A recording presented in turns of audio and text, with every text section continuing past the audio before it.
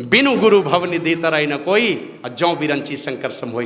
तुम ब्रह्मा और शंकर के समान भी हो जाओगे, फिर भी क्या कहते हैं, तुम इस संसार सागर से पार नहीं कर सकते हो, तुम्हारी दुर्गति ही हो जाने वाली है।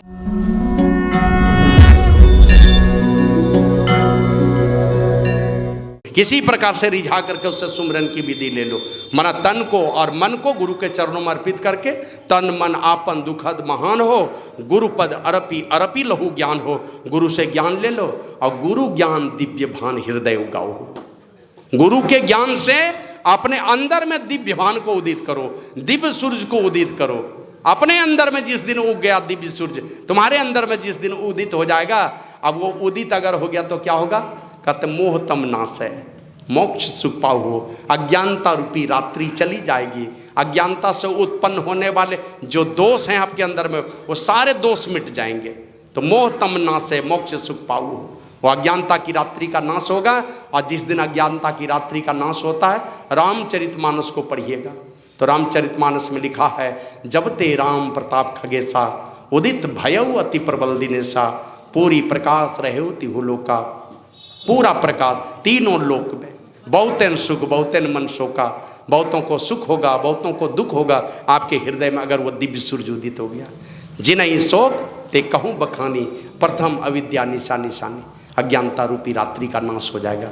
और अज्ञानता रूपी रात्रि का नाश हो गया तो रामचरितमानस ही बतलाता है, मोह सकल व्याधिन कर मूला। सारे व्याधियों का मूल है, और यह अज्ञानता की रात्रि का ही नाश हो गया। प्रथम अविद्या निशा निशानी, अग उलूक जहां तहां लुकाने, काम क्रोध कैरव सक्षाने। काम क्रोध रूपी कुमुदनी सक्षा जाएगी। माने आपके हृदय में जो काम और क्रोध है, ये काम क्रोध सूर्य के उदित होने से काम और कुमुदनी सक्षा जाती है। उसी प्रकार काम और क्रोध रूपी कुमुदनी सक्षा जाती है जिस दिन आपके हृदय में ये दिव्य सूर्य का उदय हो जाएगा। तो आवश्यक है संतों के चरणों में उनकी महिमा का गुणगान हो। महर्षि वेद व्यास देव जी महाराज की बहुत बहुत कृपा है। गुरु और उन्हीं की अविच्छिन्न परंपरा में हमारे गुरु महाराज आए हैं, बहुत बहुत कृपा है। लेकिन उस कृपा का अपने जीवन में कितना, हम अपने जीवन में कितना उपयोग कर पाए, उनकी कृपा को अपने जीवन में कितना सदुपयोग कर पाए। जब तक अपने जीवन में सदुपयोग नहीं होगा, खाली गुणगान करने से क्या होगा। गुरु महाराज लिखते हैं, सदगुरु कृपा की आसना, और आस है तो क्या, करता जो नित अभ्यास ना, विश्वास है तो क्या। बहुत विश्वास है, अभ्यास नहीं है, परिणाम आपके जीवन में नहीं आएगा। कथा कहानी कहते रहेंगे, उनका गुणगान करते रहेंगे, और यही गुणगान करते करते करते करते शरीर छूट जाएगा। थोड़ा लाभ होगा, लेकिन जो पूरा पूरा लाभ तो जब तक अपने जीवन में उनको नहीं उतारेंगे। इसीलिए अभी सुन रहे थे, गुरु हरि चरण में प्रीति हो, युग काल क्या करे, कछुई की दृष्टि दृष्टि हो, जंजाल क्या करे।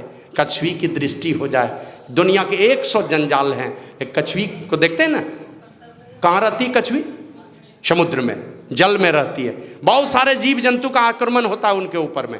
उस बीच में अपना काम करते हुए देखते हैं, दूसरे शिकार को खोजेगी, अपने भी खाएगी, पानी पिएगी, लेकिन सदैव ख्याल रहता है उनको किस तरफ, अपने अंडे का ख्याल रहता है कि अंडा कोई चुरा के नहीं ले जाए।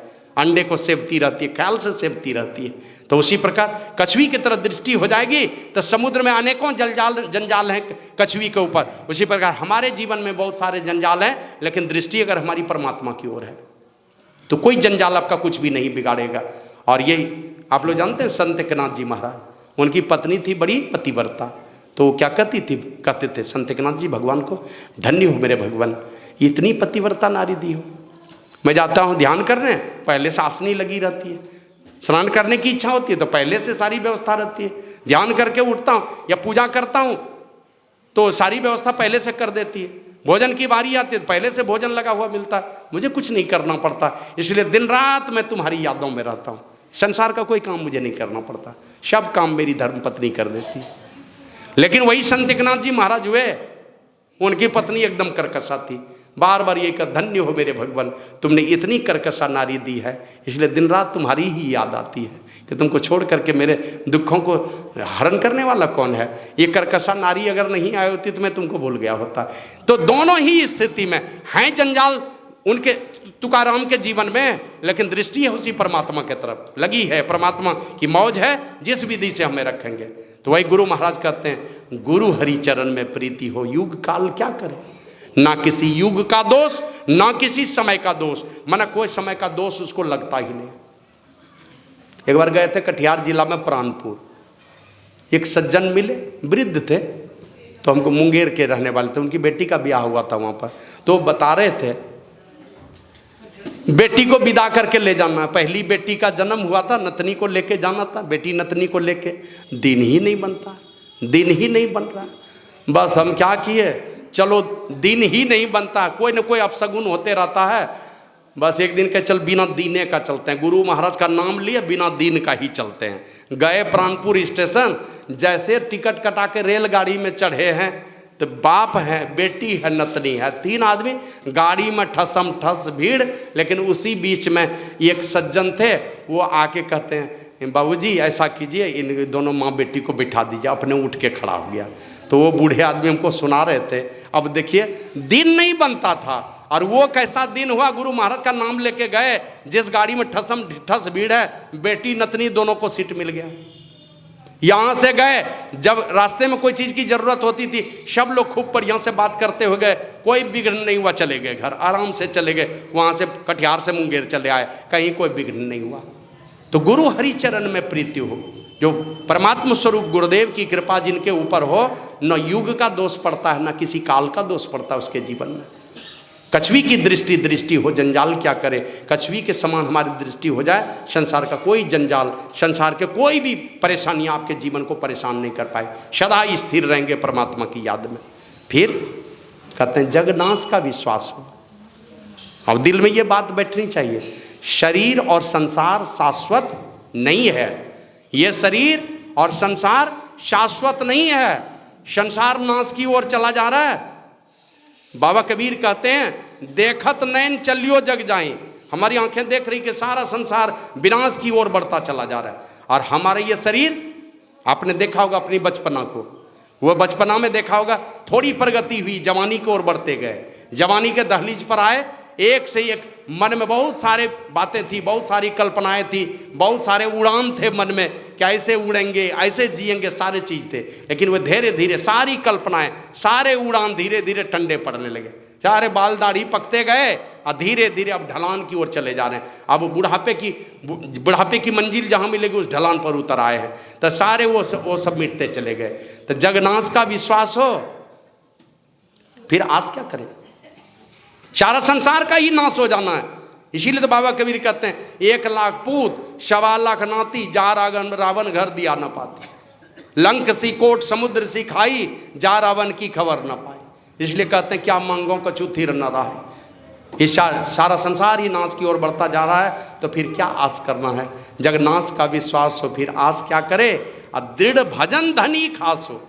दृढ़ता है भजन में, परमात्मा की भक्ति में, परमात्मा की भक्ति में दृढ़ता है हमारी, दृढ़ भजन धनी खास हो, फिर त्रास क्या करे, कोई डर हमें क्या है, जब हमारे पास भजन रूपी दृढ़ता, दृढ़ भजन, दृढ़ता से भजन करने का बल है हमारे अंदर में, फिर डरना किस बात का, किस बात का डर है हमें, किस बात का भय है हमें।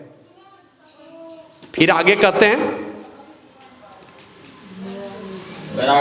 वैराग युक्त अभ्यास, अभ्यास है, ध्यान करते हैं, चिंतन किधर है, हमेशा और हमेशा उसी शरीर और संसार की खबर में डूबे हैं, बैठे हैं ध्यान करने, चिंतन उधर ही है, आए हैं आश्रम में, घर के ख्याल में जी रहे हैं। वैराग्य नहीं है अंदर से, शरीर और संसार की आसक्ति में डूबे हुए हैं, यही शरीर को सजाना, यही संसार को सजाना। गुरु महाराज के विषय में देखते हैं, जब पढ़ते हैं कितना भोजन करते थे, देखें गुरु महाराज को, और हम लोग ठूस ठूस करके दे लेते हैं और उसके बाद बैठते हैं ध्यान करने के लिए। गुरु महाराज घुसते थे कुएं में, कुआं खुदवा लिए, भोजन लाके ऊपर में रख दिया कुएं के जगत पर, और गुरु महाराज कुएं में घुसे हैं ध्यान करने के लिए, शरीर पीला पड़ गया, बस हमें बस एक ही मोहि लागी लगन गुरु चरणन की, उधर लगन लग गया, कुछ नहीं सूझता, खाना पीना कुछ नहीं सुहाता, बस एक ही काम है। तो उसी प्रकार वैराग्युत अभ्यास हो, हमेशा शरीर और संसार के प्रति अनासक्ति का भाव है। ये शरीर पता नहीं कब छूट जाएगा, और अभी तो ऐसी ऐसी व्यवस्था करने में लगे हैं, दिन रात शरीर और संसार के चक्कर में विषयों के गुलाम बना करके रखे हैं। विषयों का गुलाम बना करके विषयों के दलदल में डूबे हुए हैं, वो अंदर से वैराग्य नहीं है। बाबा साहिब स्वामी जी महाराज कहते हैं, भजन करना है तो भाड़ा भरम का प्रथम दूर सिर से हटाना पड़ेगा। इसके लिए संत सदगुरु चरण में अटल प्रीति प्रतीत लाना पड़ेगा। और उसी में एक पद है, जगत का सही रूप दुखमय समझकर वैराग्य मन में बढ़ाना पड़ेगा।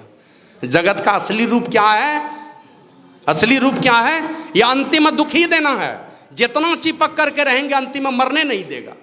संसार में जितने डूब करके रहेंगे, जितने आसक्ति में डूब करके रहेंगे, ये आसक्ति चैन से मरने नहीं देगा आपको, हमेशा रुलाता रहेगा। क्योंकि वृद्धापन में धन अरु जन के तृष्णा छुए छे आसमानो, ये बार बार रुलाएगा आपको जितने संसार में डूब डूब करके रहेंगे। इसलिए जब तक है शरीर में शक्ति, आवश्यकता है संसार की, आवश्यकता है। देखते हैं वासना की ओर मन जाता है, जवानी में स्वाभाविक बात है वासना की ओर मन जाएगा। एक दूसरे के प्रति, विपरीत योनि के प्रति आकर्षण स्वाभाविक है। लेकिन सारी जवानी की शक्ति को इसी आकर्षण में डुबा करके अपने जीवन को नरक बना लें, इसी के लिए मनुष्य का शरीर है। का वैराग्युत अभ्यास हो तो निराश क्या करें? वैराग्युत अभ्यास है, किसी चीज की निराशा नहीं, क्योंकि शरीर का ही एक न एक दिन नाश हो जाना है। और सतव्रत में दृढ़ आप हो, कोई साप क्या करे? 33 कोट देवी देवता, सब भूत और प्रेत, जितना तरह का जो हमको दुख देने के चक्कर में लगे, सारी शक्ति दुनिया की लग जाएगी। अगर परमात्मा के नाम का सुमरन आपके अंदर में है और ईमानदारी से जपते हैं, कोई आसुरी शक्ति, कोई दैवी शक्ति आपको कभी परेशान नहीं कर सकती है, अगर ईमानदारी से आप परमात्मा के नाम का सुमरन करते हैं। और बात तो छोड़ दीजिए साधना में आगे बढ़े कि नहीं बढ़े, शुरुआती चीज में भी अगर दृढ़ता आपके अंदर में, तो किसी का साप नहीं लगेगा आपके ऊपर। तो वैराग्युत अभ्यास हो, निराश क्या करे? सत व्रत में दृढ़ आप हो, कोई साप क्या करे? दुनिया का नकली नकली व्रत तो बहुत अपना करके रखे हैं, लेकिन पढ़िए जावाल दर्शनोपनिषद को, उसमें आया है तपः संतोषमास्तिक्यम दानमीश्वर पूजनम सिद्धांत श्रवणम चैव हृदमतिश्च जपो व्रतम। ये सारे व्रत हैं। क्या क्या कहते? तप, शरीर को तपाना। जो जो काम गुरु महाराज ने दिया इस शरीर को उसमें लगाइए, जो काम दिया है मन को उसमें लगा के रखिए, जो गुरु महाराज ने काम दिया मन से करने के लिए, ये मन का तप हो जाएगा। शरीर को उस काम में लगा के रखिए जिससे गुरु के ज्ञान की चर्चा हो जाए, गुरु के ज्ञान का डंका बजने लगे, उस काम में शरीर को लगा दीजिए, तो तप कीजिए।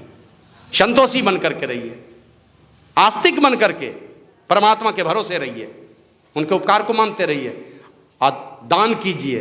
और पूजन जब भी करना है तो किनका? घर में है माता पिता और सामने में है वो परमात्मा, उनका पूजन करना है, उनकी पूजा कीजिए। अब परमात्मा, हम लोग क्या करते हैं, इधर परमात्मा की पूजा करते करते बीच बीच में कौन कौन पूजा बीच में घुस जाता है। इसलिए बहुत सत्संगी के घर में देखिएगा गुरु महाराज की तस्वीर, जिनके चरणों में परमात्मा का निवास, जिनके चरणों में सारे देवी देवता, आए माटी का मूर्ति ला करके गुरु महाराज के सामने में रख दिया है ना। ढेर सत्संगी के घर में मिलेगा आपको गुरु महाराज की तस्वीर, जहां सजा के रखे हैं। सबसे बड़े हैं संत, गाते हैं रोज, दूसरा नाम है तीजे 10 अवतार तिन्हें प्रणाम है, ब्रह्मा विष्णु महेश सकल संसार है। अरे हाँ रे पलटू, सबसे ऊपर संत मुकुट सरदार है, संत मुकुट हैं और ये सरदार हैं परमात्मा के भी ऊपर। और जो सरदार हैं वो सरदार के बराबरी में वो माटी का मूर्ति ले जाकर के रख दिए, वो कौन है उनके सामने में? तो सतव्रत में दृढ़ आप हो तो तप है, संतोष है, आस्तिक है और ईश्वर पूजन है। जब भी पूजा करनी है सम्मान दीजिए सब देवता को, पूजा करेंगे परमात्मा की, क्योंकि जब भी मुक्ति देंगे परमात्मा देंगे। इस संसार में कोई मुक्ति देंगे, कोई साधु देंगे, दूसरा कोई इस बीच में, तीसरा कोई नहीं आने वाला है। कोई देवी देवता कोई बीच में आकर के खड़ा, कोई भगवान आकर के बीच में खड़ा हो अगर मुक्ति दे देगा, कोई शास्त्र नहीं बतलाता। जब भी मुक्ति देगा तो परमात्मा, और इस संसार में कोई देने वाले हैं तो कोई साधु संत, यही दो है बस। गुरु महाराज लिखते हैं, ईश्वर देव पितर परिजन सो होत न यह उपकार, यह में ही होवत गुरु से ही, गुरु की अमित बलिहार। इसीलिए गुरु की बहुत बहुत बलिहारी है, यह काम गुरु से ही होने वाला, इसीलिए बहुत बहुत बड़ाई हम लोग उनका गाते हैं। तो ये सारा काम तब कीजिए, संतोषी बन करके रहिए, आस्तिक बन करके रहिए, सर्वस्व समर्पण का भाव, और ईश्वर पूजन कीजिए, सिद्धांत श्रवण कीजिए। ये कहीं नीति में कोई गड़बड़ी नहीं आ जाए। जिस रास्ते पर मानव को चलना चाहिए, हमारे ऋषि मुनियों जो ज्ञान दिया उस नीति पर चलिए, उस सिद्धांत को सुनिए जा करके। और लज्जा, विचार और जप, लज्जा से लज्जाशील बन करके रहिए। कोई भी काम करने के पहले लजाना चाहिए। अगर कोई गलत काम हो रहा है तो लज्जावान बन करके चलिए, झुक करके चलिए, और हमेशा विचार करके कोई भी किसी भी रास्ते पर चल रहे हैं तो। और अंतिम है जप, लज्जा विचारो अब जप। तो उस मंत्र का जप कीजिए, अपनी मनमानी मत कीजिए। दरिया साहब कहते हैं, दरिया सिरजनहार के केते नाम अनंत, चित आवे सो लीजिए जो सुमरे साधु संत। जिनका सुमरन साधु संतों ने किया है उस नाम को जपिए। मर्जी है तो अपने मन से जपिए, लेकिन कोई साधु संत से सीख लीजिए। अगर वो कहेंगे हाँ ये वाला ठीक है तब तो ठीक है, अगर वो कहेंगे नहीं ये वाला ठीक नहीं है तब अपने विचार को बदल लीजिए। और एक नाम का सहारा लेकर के और दृढ़ता के साथ उस परमात्मा की भक्ति रूपी व्रत को अपना लीजिए अपने जीवन में। तो सतव्रत में दृढ़ आपको कोई साप क्या करे, किसी का साप नहीं लगेगा। और अंत में कहा त्याग पंच पाप हो फिर पाप क्या करे। अब ये पूरे ना त्याग पंच पाप हो फिर पाप क्या करे, सत्संग गढ़ में वास हो भाव पास क्या करे। इस किले में आकर के डेरा डाल रखे, संसार का कोई बंधन आपको बांध नहीं सकता है। सदैव आप मुक्ति की तरफ आपका कदम बढ़ता रहेगा, कोई बंधन आपको बांध नहीं पड़ेगा। सत्संग के शरण में रहिए सदा, और पांचों पापों से सदैव बच करके रहिए। अगर गलती हो जाए किसी तरह से, ये इतना चांडाल मन है कि कुछ ना कुछ गलती कराता रहता है। अगर गलती हो जाए तो जाकर के गुरु प्रभु से क्षमा मांगिए, उनसे प्रार्थना कीजिए कि गुरुदेव हमें इतनी शक्ति दे दो कि दोहरा करके ये गलती नहीं हो जाए। और दोहरा के गलती हो गया का इससे बढ़िया कि 1000 बार गलती कर लो। संकल्प करके दोहरा के गलती करोगे वो 1000 गलती से भी बड़ी गलती है। तो इस तरह सजग हो करके, और फिर कहते हैं पूरे गुरु का संग हो। पूरे गुरु माने साधना की पराकाष्ठा पर पहुंचे अगर कोई गुरु हैं उनका संग हो, माने उनके ज्ञान के अधीन अगर अपने आप को जोड़े हुए हैं तो अनंग क्या करे। अनंग माने श्री सदगुरु महाराज की जय। कामदेव आपकी 1-2 की बात छोड़ दीजिए, कामदेव आपके अंदर में आकर के 1000 प्रकार की भी काम वासना अगर पैदा करेगा, आपके अंदर में 1000 कामना भी पैदा करेगा। अगर गुरु का संग है, सारे संसार के संचालक हमारे परमात्मा ही आते हैं इस संसार में गुरु बन करके। अगर उनकी ही संगति हमको मिली हुई है तो ये कामदेव क्या करेगा, जो आपकी कामनाओं को मिटाने का काम करते हैं, क्या करेंगे जब सारे संसार को संचालन करता परमात्मा का ही रूप हमारे गुरु बैठे हुए हमारे हृदय में। तो पूरे गुरु का संग हो, अनंग क्या करे, कामदेव भी कुछ नहीं कर सकता है।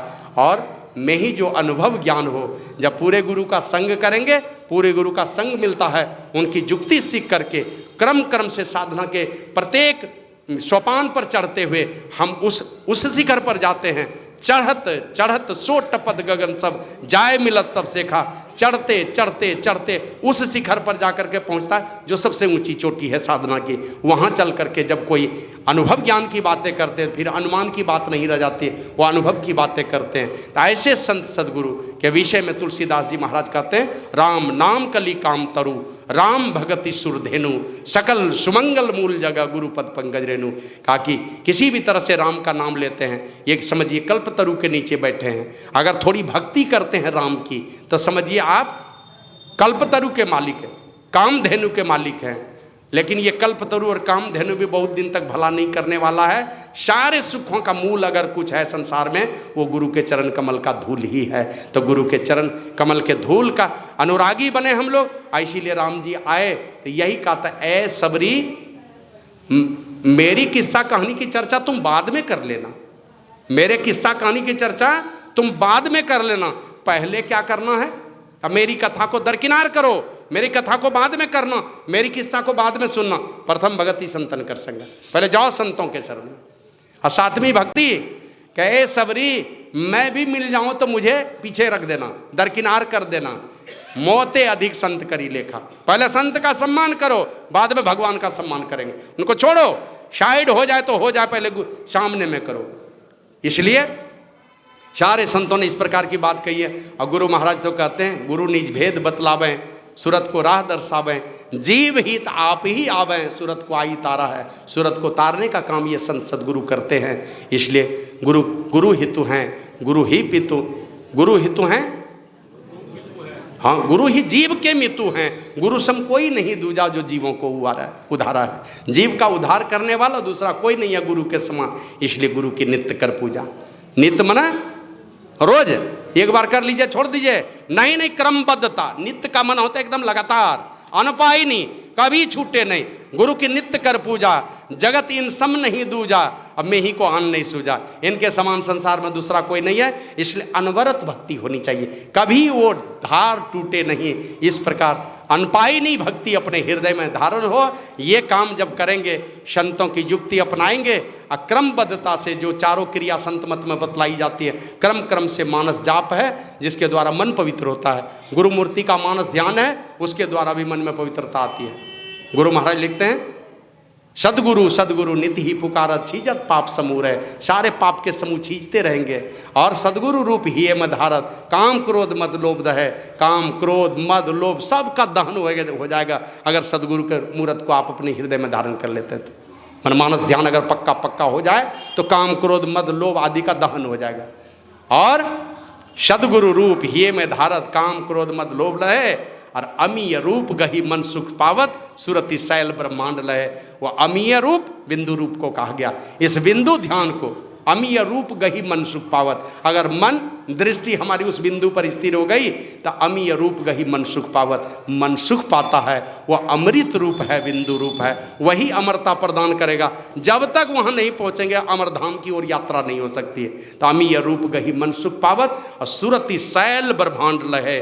सूरत जो हमारी ब्रह्मांड में सैर करने लगती है, अगर उस अमीय रूप को हम दर्शन कर लें, माना उस बिंदु रूप को अगर दर्शन कर लें तो हमारी सूरत ब्रह्मांड में सैर करने लगती है। और ब्रह्मांड में सैर करते करते सदगुरु चरण डोरी दृढ़ सब घट, पिंड ब्रह्मांड से पार करे। वहां चल करके सदगुरु के चरण डोर को पकड़ता है। सदगुरु का चरण डोर परमात्मा की ओर से आने वाली जो अनाहत ध्वनि है, जो सार शब्द है, जिसको हम लोग राम नाम, अमर नाम, ब्रह्मनाद, ओम आदि से पुकारते हैं, का वो सदगुरु का चरण डोर है। सदगुरु चरण डोर दृढ़ सब घट, पिंड ब्रह्मांड से पार करे। उस शब्द को अगर पकड़ लिया तो पिंड से, ब्रह्मांड से, सबसे पार करेगा। और जो पकड़े भव पार उतर गई, मैं ही सदगुरु चरण धरे। इसलिए हमने गुरु का चरण पकड़ा है कि अंतिम चल करके सदगुरु के चरण का डोर पकड़ा जाए, वो सार शब्द पकड़ा जाए, हम इस भवसागर को पार कर जाएं। तो इस प्रकार की कामना, इस प्रकार की लालसा लिए हुए संसार की अन्य चीज़ों को मांगना छोड़ करके भक्ति की मांग कीजिए। उनके सामने में प्रेम भक्ति गुरु दीजिए, मोहि दे दो भक्ति दान, अपनी भगत या सदगुरु साहब मोहि कृपा करी देव। इस प्रकार जब भी मांगिए तो भक्ति मांगिए, उसी के अंदर में सारी मांग आपकी पूरी हो जाएगी। गलती सही हो तो क्षमा याचना कर लीजिए, लेकिन आवश्यक है कि उनका जो आदेश है, उनके आदेश और उपदेश के घेरे में अपने को रखिए। पांचों पापों से बचा कर रखिए, खान पान की शुद्धि रखिए, और चरित्रवान बन करके संसार में रहिए। बाबा साईं स्वामी जी महाराज का एक भजन कि सदाचार मद मान मत्सर ये दुर्गुण हैं जितने, इन्हें कोस लाखों हटाना पड़ेगा। सदाचार जग में अलौकिक सुमन है, हृदय वाटिका को सजाना पड़ेगा। अपने हृदय की बगिया को सदाचार के पुष्प से सजा लीजिए। चारों दसों दिशाओं में खुशबू फैलेगी आपकी, सबों का आशीर्वाद मिलेगा। सारे देवी देवता आपकी बड़ाई करेंगे।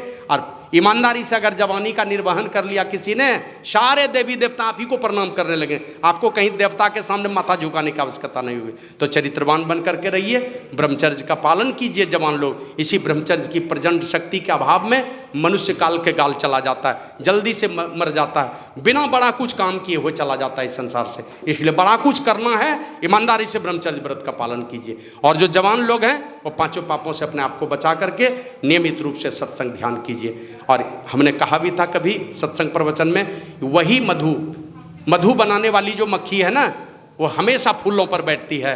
पेशाब पखाने पर बैठने वाली मक्खी कभी मधु नहीं बना सकती है। उसी प्रकार संसार में अगर बड़ा कुछ करना चाहते हैं तो चलिए साधु संतों के चरण में जाकर के डेरा डालिए, आनंद लीजिए संसार का भी, लेकिन मौका निकाल करके साधु संतों के चरणों में आकर के बैठिए। और यही सिखाने के लिए राम आए, कृष्ण आए, बड़े बड़े संत पुरुष आए, और उन्होंने अपने गुरु की चरण शरण में रह करके सेवा करके दुनिया वालों को सिखा दिया कि जो बिनु गुरु भवनि देता रही न कोई, और जो बिरंची शंकर सम होई। तुम ब्रह्मा और शंकर के समान भी हो जाओगे, फिर भी क्या कहते हैं, तुम इस संसार सागर से पार नहीं कर सकते हो, तुम्हारी दुर्गति ही हो जाने वाली है। तो इस दुर्गति से बचने के लिए हमें चाहिए कि उन महापुरुषों के चरणों में सच्ची श्रद्धांजलि हम अर्पित करते रहें, उनके चरणों में अपने प्रेम को जोड़ करके रखें, और नियमित उनके आदेश और उपदेश के घेरे में अपने आप को रखें। बोलिए प्रेम से श्री सद्गुरु महाराज की जय।